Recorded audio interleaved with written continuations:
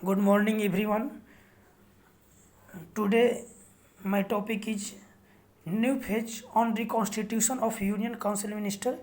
मंत्रिपरिषद में एक पुनर्संरचना हुई है। मोदी जी ने एक बहुत ही बड़ा कदम उठाया है, महत्वपूर्ण कदम उठाया है। उन्होंने अपने मंत्रिपरिषद में बहुत ही बड़ा बदलाव किया है, फेरबदल किया है आपस में।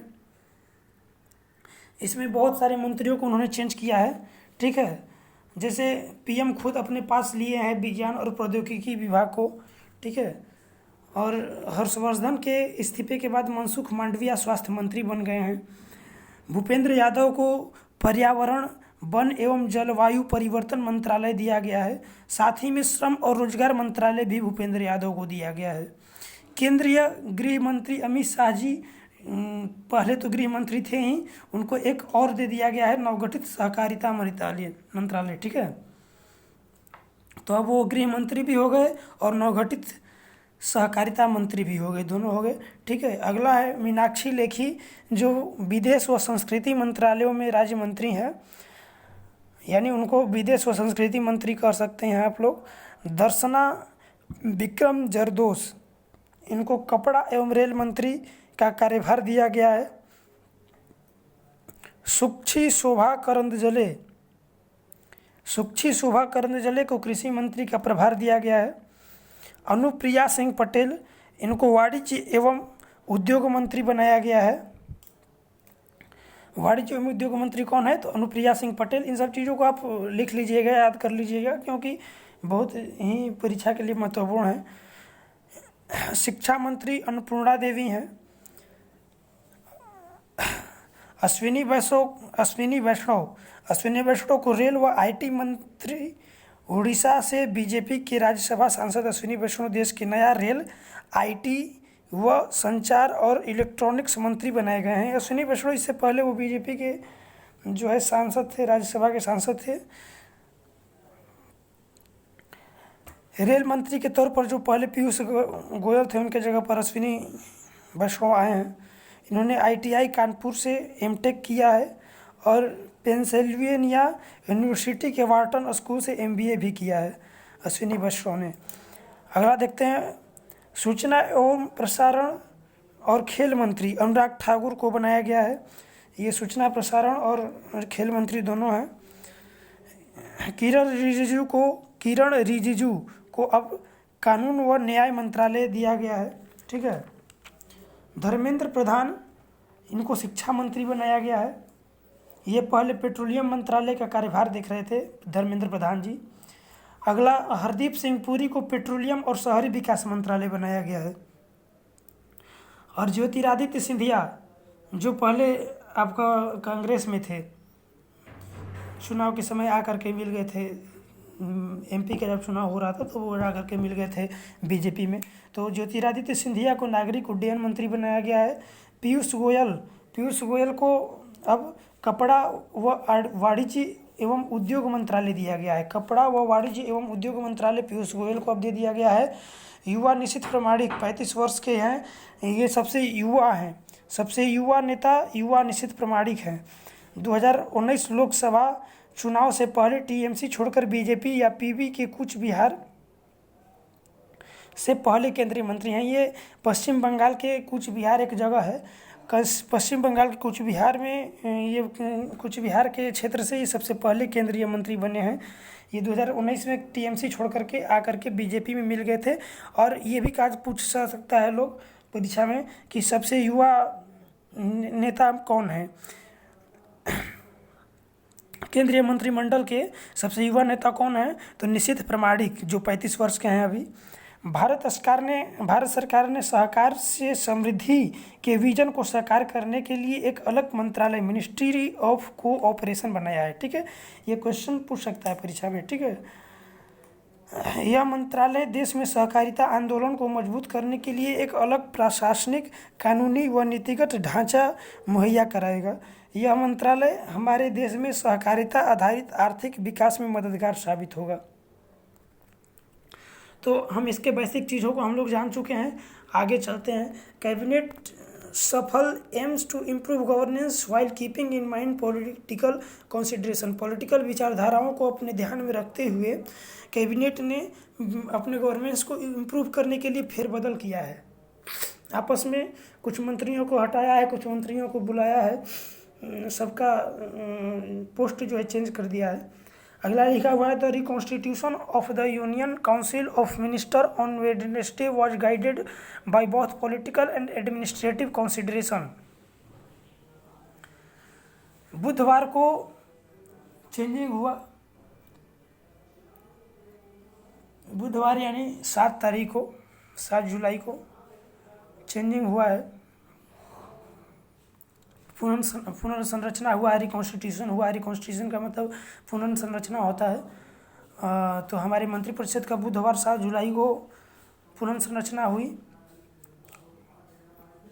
और दोनों को पॉलिटिकल और एडमिनिस्ट्रेटिव कंसिडरेशन दोनों विचारधाराओं को गाइड करते हुए ये संरचना हुआ था।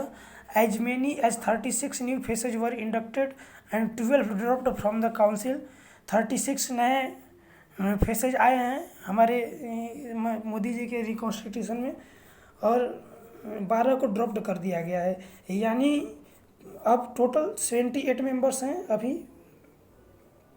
78 में 36 तो आपको पहले से ही आए हैं, ठीक है, 36 तो नए शामिल हुए हैं, यानी लगभग पहले 54 थे, 54 में से 12 को हटा दिया गया तो 42 बचे और 42 में 36 नए मेंबर को जोड़ दिए गए, नए फेसेज आ गए, तो टोटल हमारे 78 मेंबर्स हो गए, ठीक है। काउंसिल में कितने मेंबर्स हो गए टोटल? 78।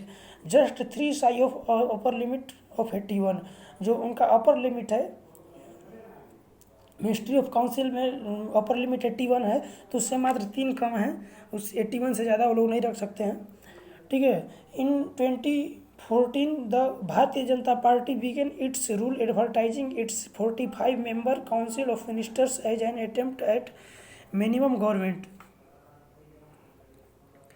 भारतीय जनता पार्टी ने जो शुरुआत की है 45 मेंबर का, ये धीरे धीरे जो कोशिश की है कम से कम गवर्नमेंट का, वो धीरे धीरे छोड़ दी, चुपचाप उसने उससे को त्याग कर दिया, छोड़ दिया। बोल रहा है but it restraint was quickly abandoned in the following years. Quickly का मतलब होता है शांतिपूर्वक, चुपचाप,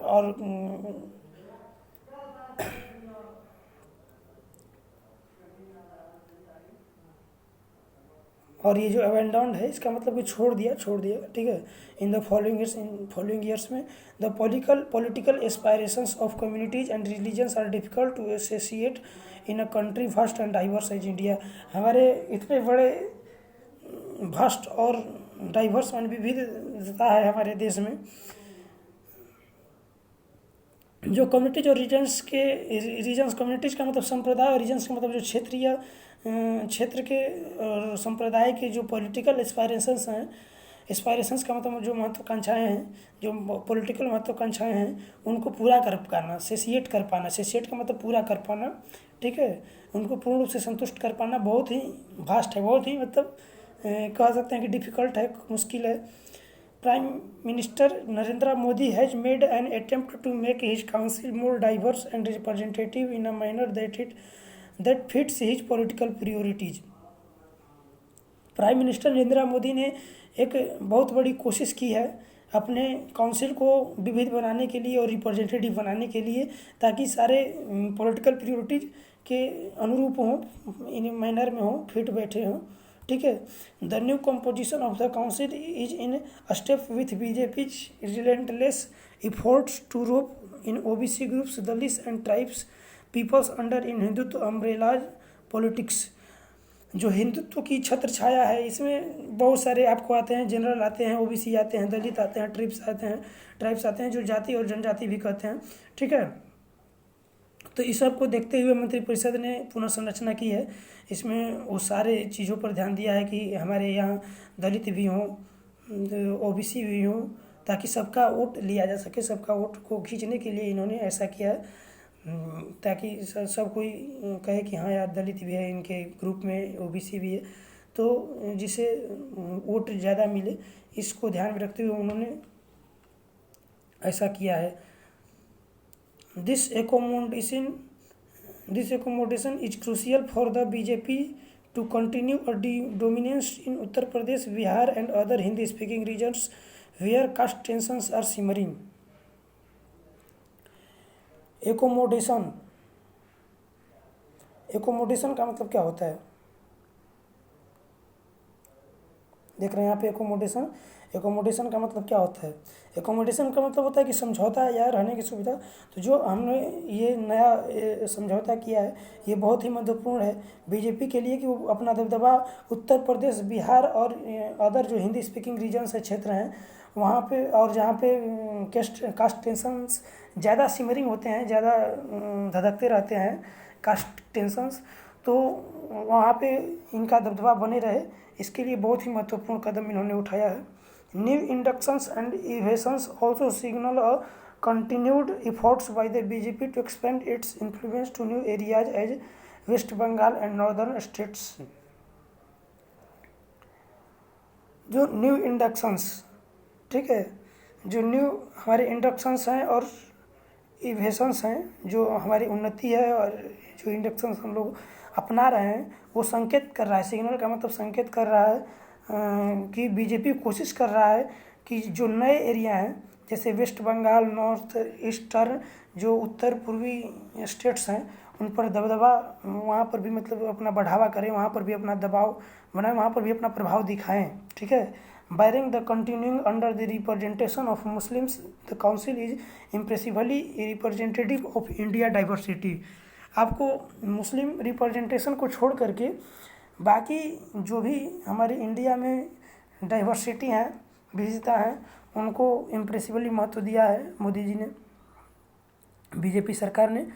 governance issues might have been a factor in axing of some of the ministers. Harshvardhan, Ravi Shankar Prasad and Prakash Javadekar were among those who got the marching orders apparently for the mishandling the pandemic relations with global IT and government communication respectively। जो government communication है और global IT गिंट्स हैं, जिनका संबंध pandemic से था, वो लोग प्रकाश जावड़ेकर, हर्षवर्धन और रवि शंकर प्रसाद और प्रकाश जावड़ेकर है, ये लोग बहुत ही मिस हैंडलिंग किए थे, इसलिए इन्हें एक्शन कर दिया गया, हटा दिया गया। हटाने का ये सबसे कारण फैक्टर हो सकता है, ठीक है। आगे लिखा हुआ है the new inductees such as Ashwini Vaishnaw and Jyotiraditya Scindia have administrative skills that could prove valuable in crucial minister that they now hid। individual talent and accountability both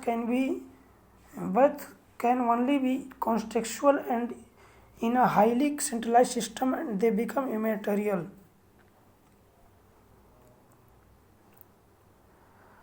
चलिए हम लोग देखते हैं कि जो न्यू इंडक्टीज आए हैं, जैसे अश्विनी वैष्णव और ज्योतिरादित्य सिंधिया जैसे जो एडमिनिस्ट्रेटिव स्किल वाले, प्रशासनिक क्षमता वाले लोग जो आए हैं, वो हो सकता है कि हमारी जो वैल्यूएबल है, जो महत्वपूर्ण, जो मिनिस्ट्री के क्रूशियल महत्वपूर्ण वैल्यू हैं, वो ज़्यादा प्रूव हो, इम्प्रूव हो, बढ़े, ठीक है ना। वही जो अब हेड हैं, वो अब हेड बन चुके हैं ये लोग।